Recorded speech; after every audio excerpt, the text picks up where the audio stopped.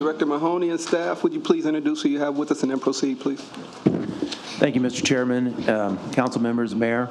I have with me Matt Garani, who is our fiscal officer, as well as Nate Bottom, our city engineer, and also John Higginbotham, our sewer engineer. I think you guys know all of them. That's who we have this evening, and then obviously our presentation, we had others helping us put it together. Director, one thing, if you have any acronyms, if you'd please explain them the first time through for those at home that are listening or watching, please. Yes. Wanted to start out with a quick budget summary presentation. It's about 10 pages, and then obviously open it up for any questions, and we'll do our best to answer. If we can't, we'll get the information and get back to you. The first slide. So our first slide is just our mission statement. You're all very well aware of that. The mayor and the council direct us on what our goals are, what areas of responsibilities we have in public works. The first slide really on the budget chart is a breakdown of our corporate fund, and that's generally our, as you are aware, our operating lines. This is what funds most of our operations day to day. You will see a 5% reduction from FY18 in these categories. And just to highlight some of the areas in particular is in the personnel line. You'll see a reduction in that line of about 3.8%, and that's because of the elimination through attrition of 3 positions, and there is the position, actually, of Matt's fiscal officer position that is being placed under OBM. It is going to be a shared service. It'll still be actually housed in Public Works, but he'll be reporting directly to OBM, is my understanding. You'll see on the line below in the contractual, it's a slight increase because though we're removing that from the personnel lines, Public Works will be paying through the contractual line for Matt to be covered by OBM. The next line that you see, the significant changes in the equipment line, which is a 90% reduction. That's primarily driven by the fact that we bought some equipment last year because of the thanks to the council and the mayor, we were able to buy some equipment, and this year, obviously, in FY19, we will not be making those purchases.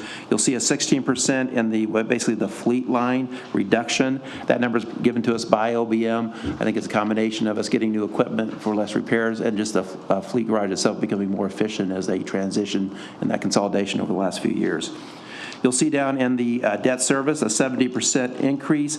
The numbers are actually relatively small when you look at the dollar amounts, but what it is lease agreements for some vehicles for our engineering techs and some of our inspectors that we had to replace over the last year, and then that'll be funded again next year as part of the lease agreement. Then you'll see a 33% reduction in our travel lines. We're trying to do our part and cut back on travel. We try to cut to a certain level. We do have certain certifications and professional standards that we have to meet, and a lot of that has to take place, so we have to do some of that training and some of that travel, though we try to keep that to a minimum. The next slide is there we go, on the non-corporate lines. And really, we broke these apart just so you would have an idea of we were talking about the corporate fund, and it gets a bit confusing on the non-corporate fund because what we're looking at here is a combination of sewer, Oak Ridge, waste and recycling, MFT, those funds kind of combined together. There's quite a bit of fluctuation in those depending on what's going on as different projects come and go, some reimbursement for railroad. There's always different projects that land acquisition, those type of things. One thing is driving it on the permanent improvements. There is a reduction in our sewer on a project. Roughly it was about $7 million estimated. That's been pared back and is going to be phased in. You'll see with the Cook Street project coming online, you'll see some changes in that as well. We did move some money from MFT over to Fund 95 because it was maintenance material funding. It was more appropriate to be in Fund 95. So that's driving a lot of this. With also facilities maintenance is being moved back to Public Works, so that impacts some of these lines as well because there is the facility maintenance fund is put in this category as well. The next page is really kind of laying out on the corporate side, trying to give you an idea of really what those reductions are going to mean for our operations for Public Works. And really it comes down to personal services and the non-personal services. The salary and positions I mentioned before are kind of laid out for you here. Right now we have a vacancy in a building permit assistant position. We have 4 permit assistants. We're going to go forward with 3. I will point out that this position is a very important position for us. If you ever go to the building department, that's one of the people that come to the counter. They answer the phones. They help process permits. They schedule inspections. So reducing from 4 to 3 will have an impact. I'm not going to sit here and say that we're not going to provide the services. We have to. But it obviously, during the spring through the fall, that's really our busy time, and we are short-staffed as it is. So cutting back will have some impact, but we'll try to do our best to manage through that. The next, you'll see that position as an operator. That's our heavy equipment operators that work out of our garage facility, down at the garage, sewer, traffic. Those are the guys that operate the backhoes, graders, pavers, those type of pieces of equipment. The challenge there as we move into the warmer months, it's not so much a challenge in the wintertime, but a lot of times that depends on what crew we operate. If we don't have enough operators, if we have to operate a solid waste crew, or if we're doing alley work, it may be a decision by management on the fly. We're going to have to shut down that crew today and build another crew, and then we'll have to the next day make an adjustment to get the solid waste crew out and going. A lot of times in summer times it backs up when we have to do that. So in some ways we're short-staffed as we go into that. And this is probably going to obviously add a challenge to that. We'll try to work through that best we can, like we do many things. And then the other thing that's kind of impacting that is you'll see down here with the overtime and temporary services, especially the temporary services. Typically in the summertime, we'll bring on 2 operators to assist because we need additional help. With those reductions, those temporary lines, that's going to be a challenge as well. So we'll try to work through it, but it is going to be a challenge. The GIS technician, that's really, as we move into city works, try to become more efficient, those kind of things. There's going to be some impact there. This person helps with our asset management, making sure we're making professional and good judgment decisions. But again, we'll work through those. And then, of course, the physical officer moved to OBM. And I mentioned the overtime. One of the issues with that, of course, is if we have a bad winter or if we have storms, those kind of things, we may at some point come to you and ask for a supplemental because obviously we have to provide those services and we have to have the funds to do that. We think on a normal year we can get by. The last couple of years we've been in pretty good shape with the overtime, but if things change subject to weather, there's only so much we can do. We have to perform, we have to deliver the services that you ask of us.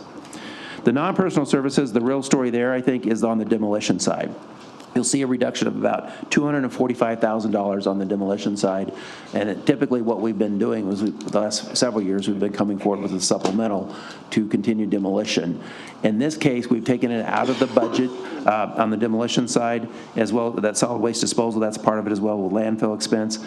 Our plan is we're in the process of trying to obtain grant funding through the IDA, a low income. There's a grant fund that at the last few years we've been able to access and help offset some of those costs, as well as looking in certain areas where there's TIF funds available. We'll probably be coming forward trying to utilize some of that.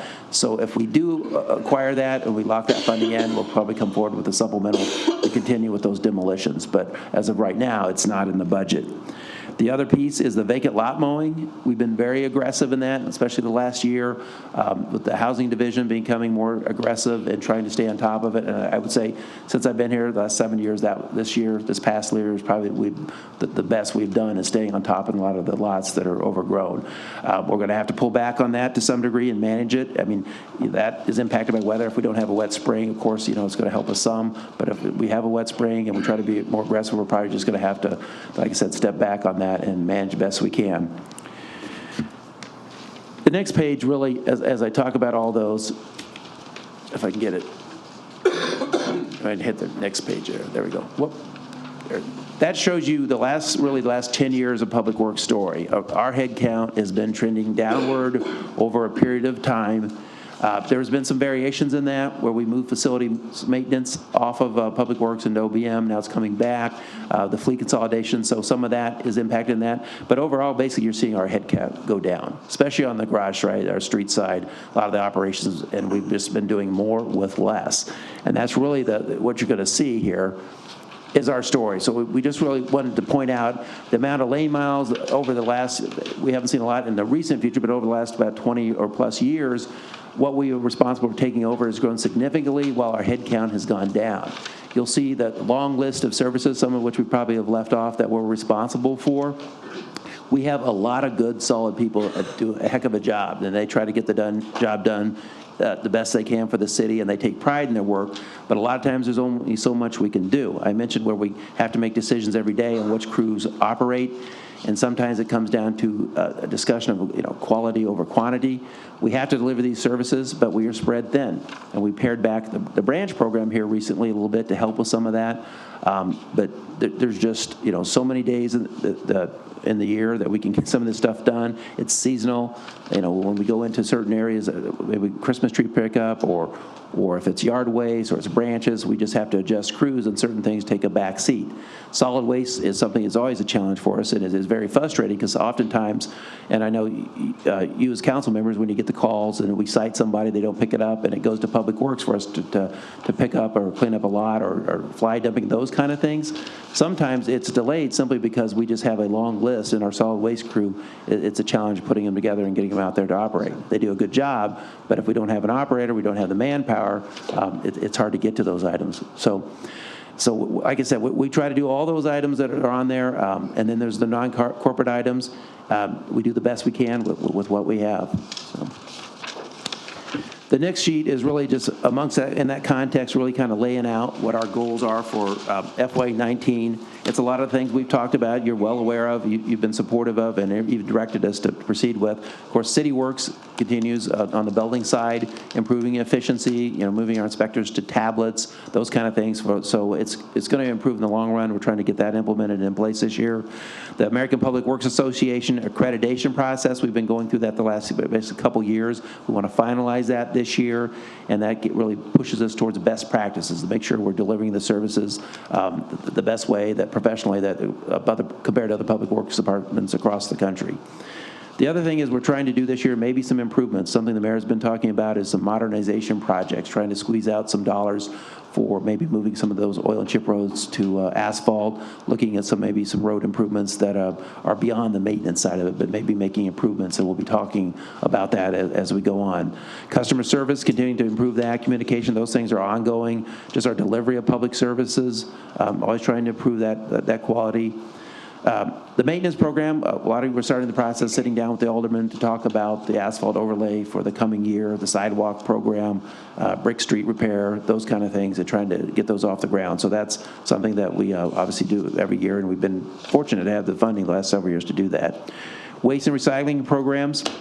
The good thing about those, they're not funded through the corporate fund. There's a separate fund that, fortunately, a few years back or a couple years ago, there was an adjustment in that fund to give us adequate funding for some of these programs that are very popular with the public. The large item programs, the hazardous waste drop-off, yard waste, branches, electronics, recycling promotion, all those programs, we want to continue to promote, utilize those, and improve those all the time.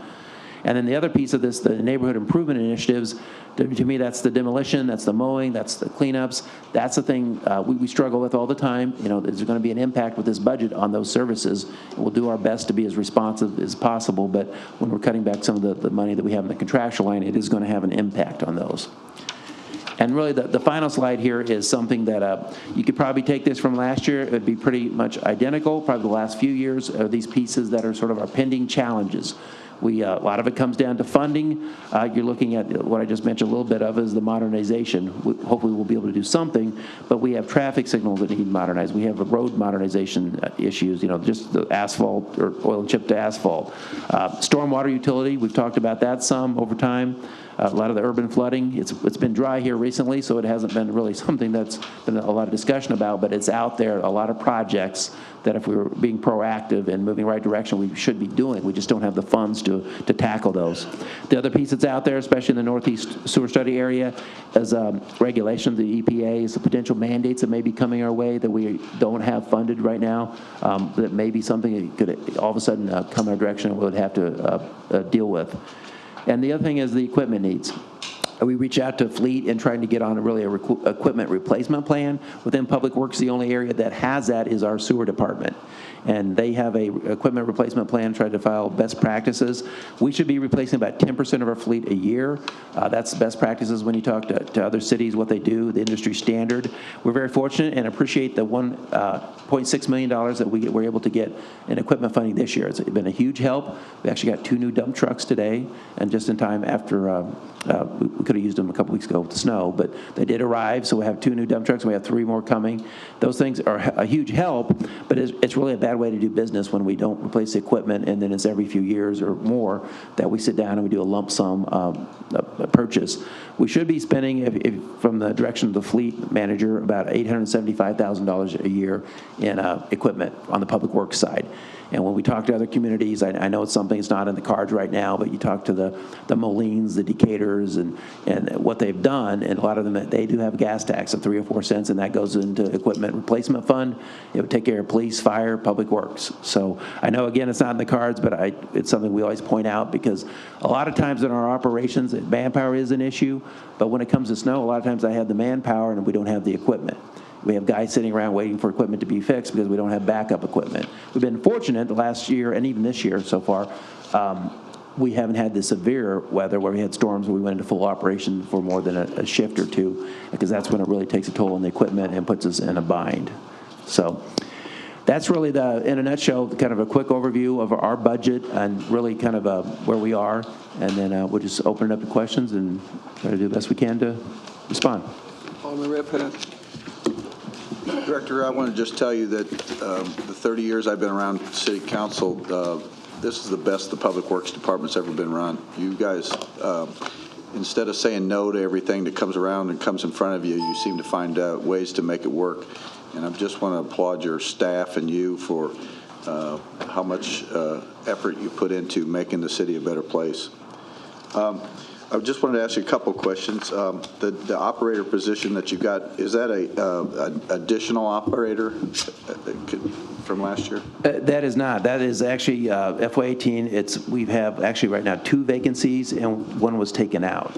So it's a loss of a position. And so when you use those folks for certain operator duties, can they do different duties? Like you say, you use them in the wintertime for one thing and may need them in the summertime for something else. Can they transition over to a backhoe or something other than whatever piece of equipment they're operating? Yeah, exactly. So some obviously are more comfortable, more proficient with certain pieces of equipment, but they're all master operators. They know how to operate every piece of equipment in the department. Under your overtime budget, is that budget, the overtime for $198,500, is that, tell me how that works. Is it because we're short staff, or is it because we're just running into a lot more work with the shorter amount of people you have? It's not necessarily a short staff situation. It's really just our annual overtime. We do a lot of overtime, of course, with snow. If you get hit with a storm and we have to call guys in, we have overtime year round, especially on our traffic side for barricades. If there's a water main break, guys get called in to put the barricades up.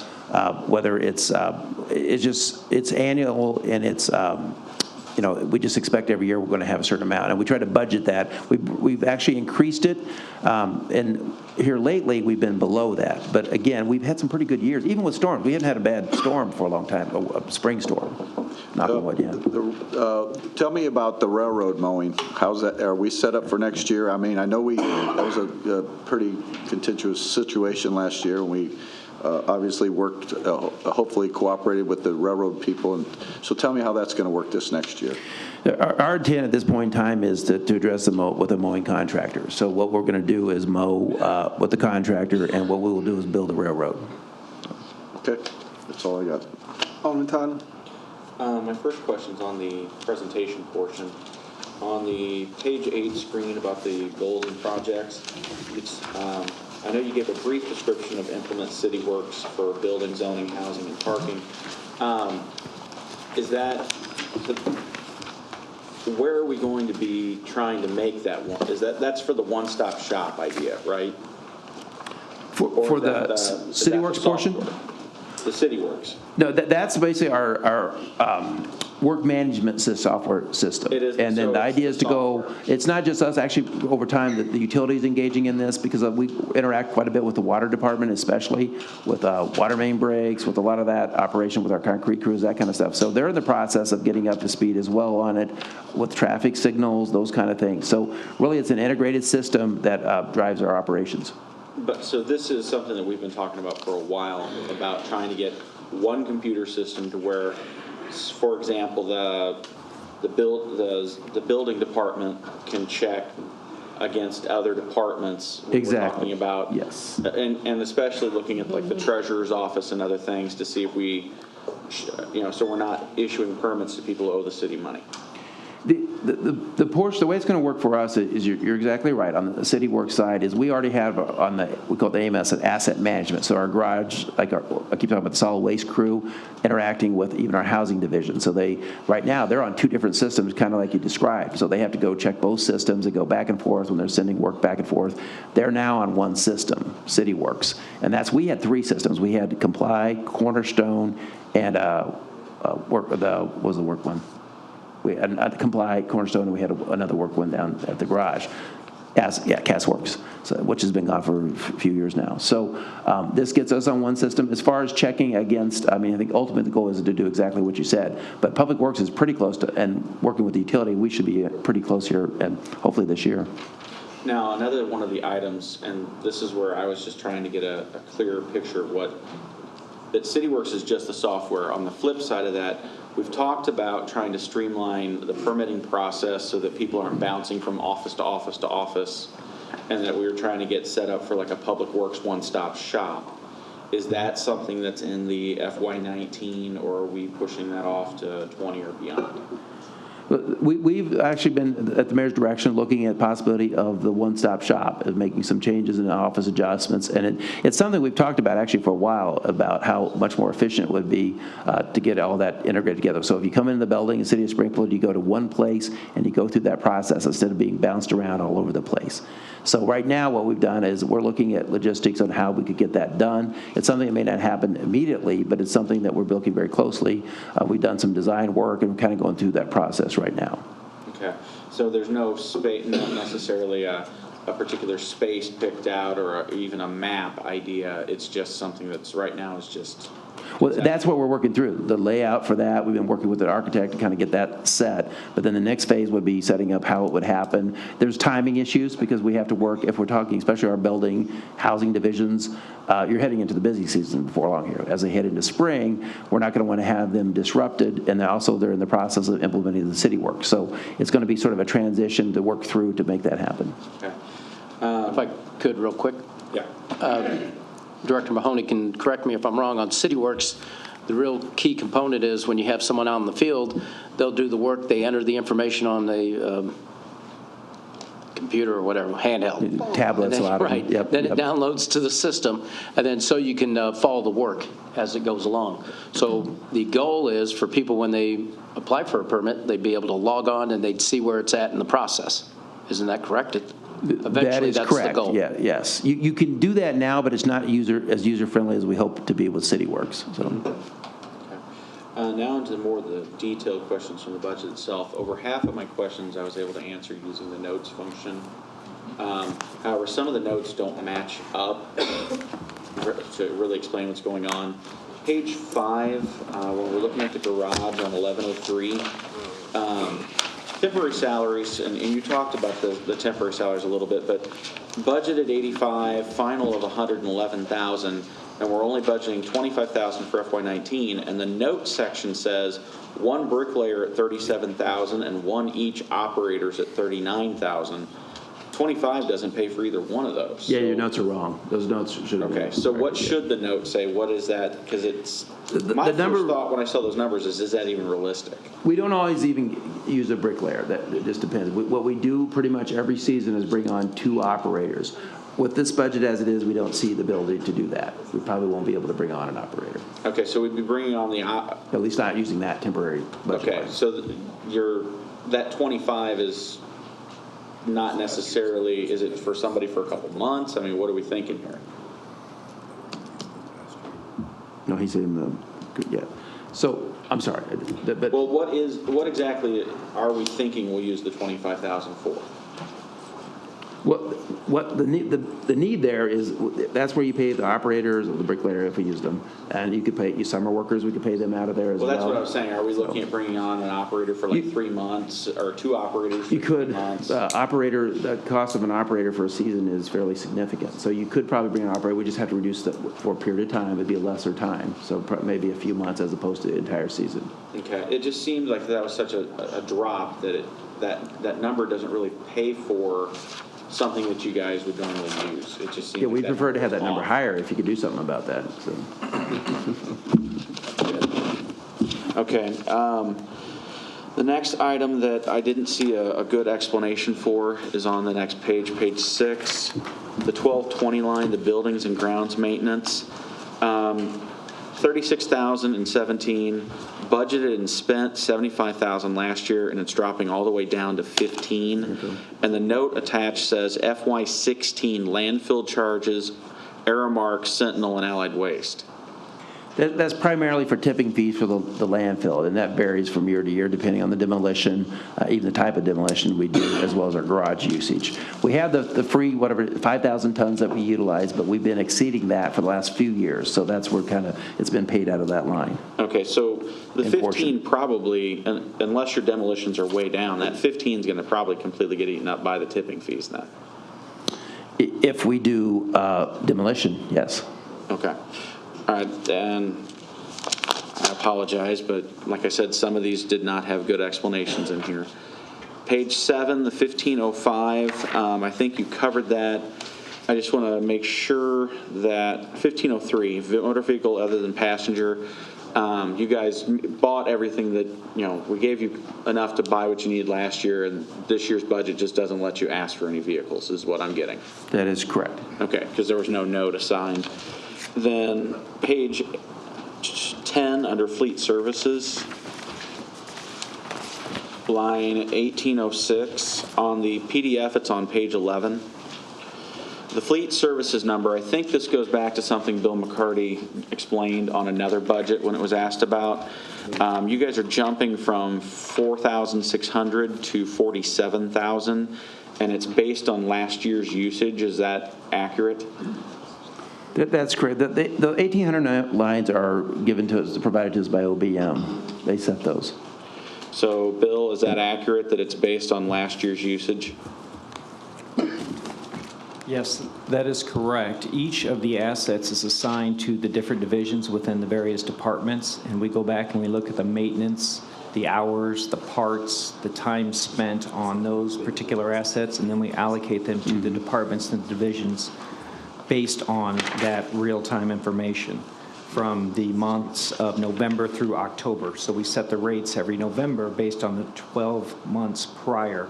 And just for example, if you back up to the 1806 on page 8, you'll see that fleet maintenance estimated budget was $1.5 million for this year, and it's dropping all the way down to $1.1 million for that particular division. So it's just an ebb and flow based on the work and how it's allocated to the assets. Okay, thank you. And then the next set would be jumping to page 22 in the budget book, 24 on the PDF. Lines 2304 through 2308, we didn't do anything, well, on most of them, we didn't do anything last year, and now we're coming in with FY19 construction projects. Was it just that we were building up the funds, or is there another reason why we delayed by a year? I'm sorry, Alderman, we're not sure where you are. 2304, 2305, we're under sewer. 22 in the budget book, 24 on the PDF. It's sewer, permanent improvement sewer surplus. 2304, 5, and 6 were all zeros last year, along with 2307. And I was just wondering if that was something where we were saving up to do the projects, or if it was another reason that they got delayed by. Yeah, and that's part of what we talked about in the timing, different projects coming and going, doing engineering, that kind of, some of that's covered in there, those fees. So it's just depending on what we have planned for the coming year. Right, because I mean, back in 17, we spent $1.5 million on remodeling and renovation, and then we basically took almost all of 18 off completely. So I was just kind of curious, and like you said, it's just the ebb and flow of the work. Okay. Then there is a, let's see here, 1215 on, in the books it's page 23, page 26 on the PDF. Line 1215, auditing and management services, went from a pretty steady 300,000, 346 in 17, 358 budgeted in 18, only 300 spent in 18, and now we're budgeting 522. So it's about a $222,000 increase. Those numbers come from OBM, not from Public Works. Okay, Bill? Well, we're looking at it now. We'll get you an answer on that, Alderman. Okay, so I'll make a note, C, Bill McCarty. Okay, under facilities maintenance, once again, we have a situation where, like the facility maintenance, it's 29 on the PDF, 26, 27, and 28 in the book. It's all of a sudden we've got numbers in here where we hadn't had them before. Where did this transfer over from that they're now under this particular budget area? And The facilities maintenance was an OBM, and they've moved it back to Public Works. And the thought is it's going to be a process of looking at probably merging parking facilities with facilities maintenance over time. There's going to be possibly some retirements there where we can do some consolidation, and this makes a lot of sense because on the parking side they have some facilities guys as well. So it's going to kind of be a transition. if I take last year's budget book and look in OBM, Yeah, I'll the find these OBM, it numbers. should be in there, yes. Okay, that's the answer I And was if you go looking far for. enough back, it was with us another Yeah, I time, knew too. it wasn't something new. I just wanted to know where it came from so that I can go back and track it. And then I'm getting close to the end, guys. Let's hope so. I guess the last question I've got would be that with the current situation that we're in, obviously we're not looking to do a lot of capital expenditures, vehicles, anything of that nature. With the 2 new dump trucks you have, are you at the point where you are able to function, or are we critically missing a piece of equipment? Well, we're going to we got 2 that got delivered. We're supposed to have 3 more next week. So we're going to have 5 new dump trucks. We got 1 that's being rebuilt. We got a couple gravel trucks. We got a bucket truck. So we've made some huge headway. So we're in a lot better shape than we were 2 years ago. Right. But the problem, as you know, is it's kind of crisis management. You know, we buy equipment and then we wait several years to replace, another round of equipment purchases. So are we in a dire situation? I mean, we always got equipment issues we're trying to deal with because we have pretty much, even with that increase, we still got a lot of old equipment that we're dealing with. And to that effect, I guess and this is not attacking the fleet garage, it's just a simple question. When a vehicle goes down, how long does it take on average to get it back from the fleet garage? Well, it just depends on what the problem is, what the issue is. If they have the parts during snow, they bring guys in, and they usually turn around pretty quick. They got guys there, and we get them in and out, unless it's something major. Sometimes something major happens, and then we're out a piece of equipment. Ideally, you'd have older pieces or something there as sort of a backup. And we've been, like I said, fortunate. We've had we moved guys to the ton trucks, 550s, or smaller piece of equipment, but we can't spread salt with them. They do have plows on them, so we can use them. But again, we haven't really had really in the last 2 years, we haven't had a significant snow event where we've had several inches and had to basically dig out. So we've been lucky in that regard. So it just varies. I mean, they do their best. I mean, communication, we've worked through some of those issues. We're always working through that on both ends, our side as well as fleet. Right, and I guess where I'm going with this is that even in your presentation, you mentioned that sometimes guys are waiting for equipment. Sometimes we have more guys than we have equipment, and we have plenty of projects. I know that there's something that we could be doing every single day with the guys at Public Works. There's stumps to be ground, branches to be picked up, roads to be fixed, sewers to be worked on. There's always something. I just want to make sure that when you have bodies available, that we can put them to work with the equipment they're supposed to have. The reason they're waiting for equipment is because we don't adequately fund our equipment budget every year. So what it means is there's no backup equipment for them to get into. When you get into any type of our operations we do, equipment's going to go down. It's just natural. It happens, especially when you got to deal with cold weather, you're dealing with the snow, all that. You're going to have equipment failures. But ideally, you'd be able to have enough equipment that you could pick up and jump into something else. And we've been able to do that to some degree. But with those new dump trucks, that's going to be a huge help because it's letting us push aside some of the older trucks that are a little less reliable, so we don't have to use them as much, or it's going to put us in a better situation. So it's not a matter of necessarily that the fleet garage is not fixing them fast enough, is that we don't have something else for them to jump into. Well, and to wrap it up, I guess I've had some people tell me confidentially that they've been waiting on special parts sometimes that Napa doesn't carry and they're having to go get from another vendor. And my thing is that if we're routinely waiting on a specific part then I would like to see Napa have a few of those on hand instead of having to wait to order them every time, if that really is what's going on. Because sometimes, everybody knows how locker room talk goes, so I may not be hearing an accurate description of what's happening. But if they're right, and we're waiting on specific parts to come from specialty stores, brakes, whatever else, that fit on these larger pieces of equipment, I would like to see Napa have those in stock. Yeah, and I think right now, Bill could speak to it better than I. They're moving through that process with the RFP for the parts agreement. So that's in the process right now. So those are some of the discussions they can have as they go through that process. All right, thank you. Thanks.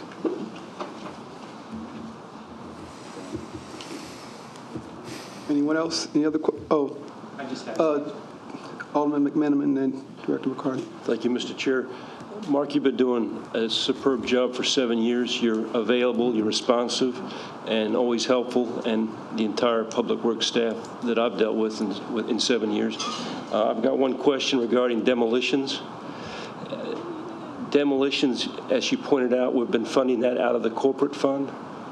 And just a thought, you think about it, probably has to go to our city attorney, but our capital improvement fund is better funded than our corporate fund. It has better revenue growth and funding and availability of funds. So to the extent that in our neighborhoods where we take down an old structure that's wasting, that's unsafe, that's hazardous, we're making a capital improvement. And I don't know if it'll be defined that way by our city attorney, but if we can get it defined that way, then we can fund the demolitions possibly with a different fund and keep that effort that you've got going, and you've had it going for 7 years now. You've been demolishing at a rate much greater than the previous Public Works Department that we had at the city, and hopefully we can keep that effort fully funded. And our older neighborhoods need it. We need to improve the capital appearance of our older neighborhoods. So hopefully you can look into that and see if there's another way to get some funding for demolitions. We could do that. It's really kind of you guys' decision if we utilize those kind of funds. But one of the things we're pretty confident we should be able to access some of those grant funds. We've been successful the last couple of years working with economic development to obtain those reimbursement funds. Once we head down that path, we'll probably be coming to go back to our normal level of demolition, as well as TIF funds. In some of these areas, there are TIF dollars that we can utilize for some of the demolition as well. Okay, thank you. Director McCarty. Thank you, Mr. Chairman. Just to answer Alderman Tylen's question about page 23, 1215, that line, the reason it went up is it accounts for the fee that the utility charges the sewer fund for collection of their revenue. It used to be in the past that it would just be netted out of the revenue that's paid. Now, going forward, just for proper accounting practices, we want to ensure that all of that is tracked. So therefore, all the revenue comes over, and then the $150,000 will be paid out back to the utility and shown as an expense rather than netted out. That's the reason for the increase. Okay. Thank you. Any other questions? Well, Director, I appreciate your department's work. I know you all also have the added responsibility of working hard with the railroad relocation, and I know the work you all are putting in on that.